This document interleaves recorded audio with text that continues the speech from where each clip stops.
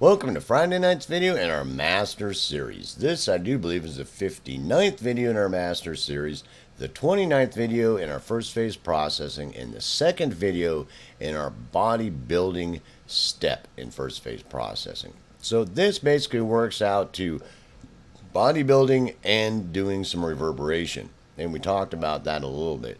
What we're going to be trying to do is we're going to be trying to build body on the track first of all, and then we're going to try to put it in its place. Just remember, when we do, if I forget to say something, in the next step, when we choose the space for it and we add echoes and reverberations that don't render that, leave that on there on the track and don't render it, because later on when you start mixing the tracks together, you're probably going to want to mix it differently on different tracks to make some tracks sound farther back, some tracks sound farther forward, and things like that, so to get them in their spatialization place. So, but also keep in mind you're going to use the exact same effect, the same convolution reverb or the same reverb and the same impulse responses and the same echo effect on all the tracks, so they sound like they're in the same place. That's a huge concept to get in your head. So first of all, that this is a very sometimes frowned upon movement in audio engineering, but to me, I've found that it is a huge tool. You know, we've gone through a whole bunch of sound sculpting. We've done a bunch of sound sculpting besides checking the audio. We've added effects maybe. We've done our equalization. For the most part, we've really done our sound sculpting, and hopefully we've done a really good job at it from watching the videos. And this here is another aspect of sound sculpting. It's why I said that basically a lot of these things are all going together as sound sculpting, but I keep them as separate steps.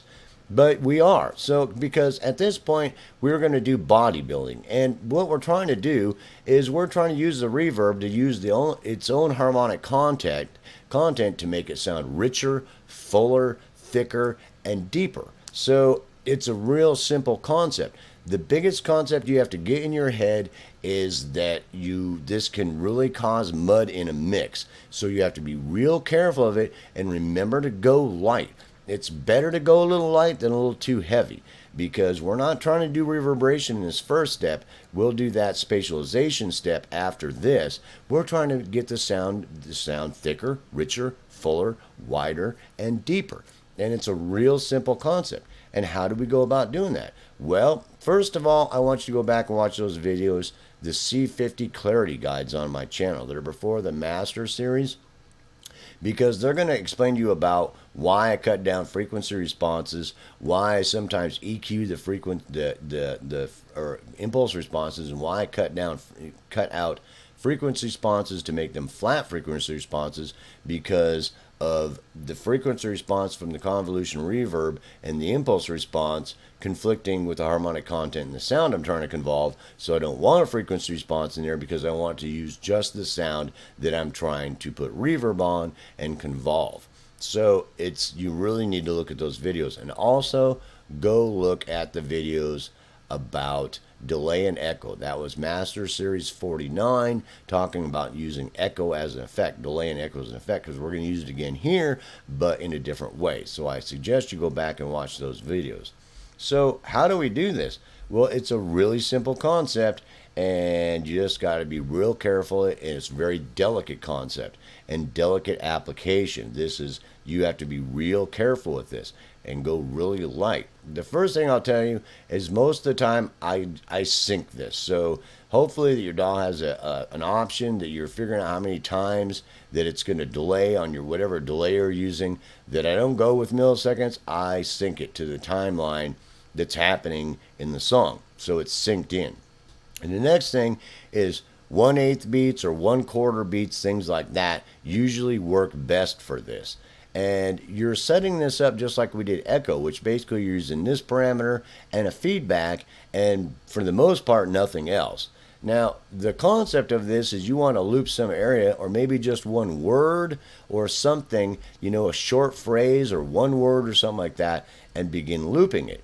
Now, I'm not putting this on audio or a spectrometer because I want you to do what I'm telling you to do, not what you're hearing. I don't want that causing confusion and your perceptions to be, you're focused on something else. I want you to focus on what I'm telling you because you need to experiment with it. What's happening is as I've got this set to 8th beats, all right, that's synced with the track. Now, what I'm going to do, I've got this feedback loop. I'm going to go ahead and crank this up. And I'm going to check this against this until I get a feedback loop that sounds pretty good. Not too much, not too thick, not, ridiculous, and not way too low. It's got a nice feedback going off. And sometimes I'll tray it off into the sound or something to hear how it sounds. Once I get that feedback set up to where I'm getting that echo effect, I go into the mix. And normally I'll bring it up in there till I hear it pretty good, bring it back down and hear it a little bit.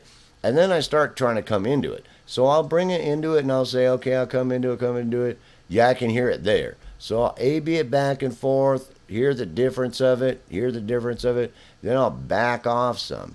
And I'll go, I can hear that still just a little bit, not much, like that. And I'll do that a few times and I'll go back to 0 and I'll do it again, maybe 2 or 3 times, because of the ear trying to get accustomed to it. And I'll come in there, maybe at the 3rd time or so, I bring it up, I can hear it, I start backing off, and I start A-Bing it. Okay, I can hear there's a difference. It sounds a little deeper, like there's a little deeper, like there's something going on there. It's really perceivable, but the concept here is you may not be able to perceive it really well. I normally mix about 80 dB, so my speakers are fairly loud, so I can hear changes happening. But might not be able to perceive it. As you get more used to it and more experience with it, you may be able to perceive it a little bit better. But I'll bring that up there, and sometimes I'll just back off. Sometimes I'll be down to 1% or 1.5% or 2%, sometimes 0.5%, and A-Bing it back and forth. I can't hear it there at all. Okay, now I can hear it. It's like there's something going on. But it's nice and crystal clear. You're not hearing any echo effect. What it's doing is it's adding a very small, imperceivable amount of depth to the sound. Depth. Now, you can add it more if you want. You just got to be careful because it will really quickly muddy your mix. It'll make a mess out of your mix. It'll sound like a horrible muddy mess. I'm telling you, it'll just sound like you're mud bogging. So you got to be real careful of it. And normally I'll get in there 1.5, 0.1, 1.5, sometimes as high as 0.2, sometimes depending on what plugin I'm using. And it's adding this depth to it with those echoes. Does that make sense? But it's very imperceivable. If you ask somebody to come listen to it and go, how do you like my echo effect on my track? They're not going to hear no echo. They're going to be like, what echo, bro? But if you turn it off, they might be able to hear some depth. They'll hear a difference. They might not be able to perceive what it is, but they'll hear some depth. That's what you want. So once you get done with that, you can use any kind of delay. Like I've got this delay here. It's like, I can do ping pong effects, cross delay, all kinds of things, just as long as I don't mix it in to where it's really perceivable, because I'm just trying to add that depth. Does that make sense? So just really keep that in mind. Once I get done with that, I will bypass that and I'll go to like my convolution reverb, or you can go to some other reverb that you have. And I will choose some type of impulse. Normally I'll choose an impulse that's been cut down like I talked about in those C50 clarity guides, because I don't want it very long. Maybe C30, C20, sometimes down to C10. Maybe only 10 millisecond length on them. Does that make sense? Because I'm just trying to add body. I don't want any tail end effect coming off of it. So once I've chosen one that I'm going to use for it, because you might fuss around with that some, because different impulse responses with different frequency responses can have a different auditory effect, but it won't be real perceivable in this application. So what I'm going to do is I'm going to come in here and start doing the same thing. Bring it up till I can hear it. Yeah, I'm hearing that reverb. I'm hearing reverb from that. A-B it back and forth. Is it doing something good, or do I need to change it to a different impulse response that sounds better with this instrument vocal or whatever? Does that make sense? And I'll come back and forth, and then I'll come down again. 2 or 3 times I'll do this. Coming into it, I can hear something there. I'll A-B it back and forth, A-B it back and forth, back off a little bit. I can barely hear something there. I can hear something. Without it, that's yes, no, that's with it. I can hear a little bit something. I might back off a little bit more. Sometimes I'll do that back and forth till it's like 1.5%, just barely. But it's adding some width and you know, thickness to it, because it's using its own harmonic content to add body. It's multiplying that harmonic content that's making it sound thicker and richer and fuller.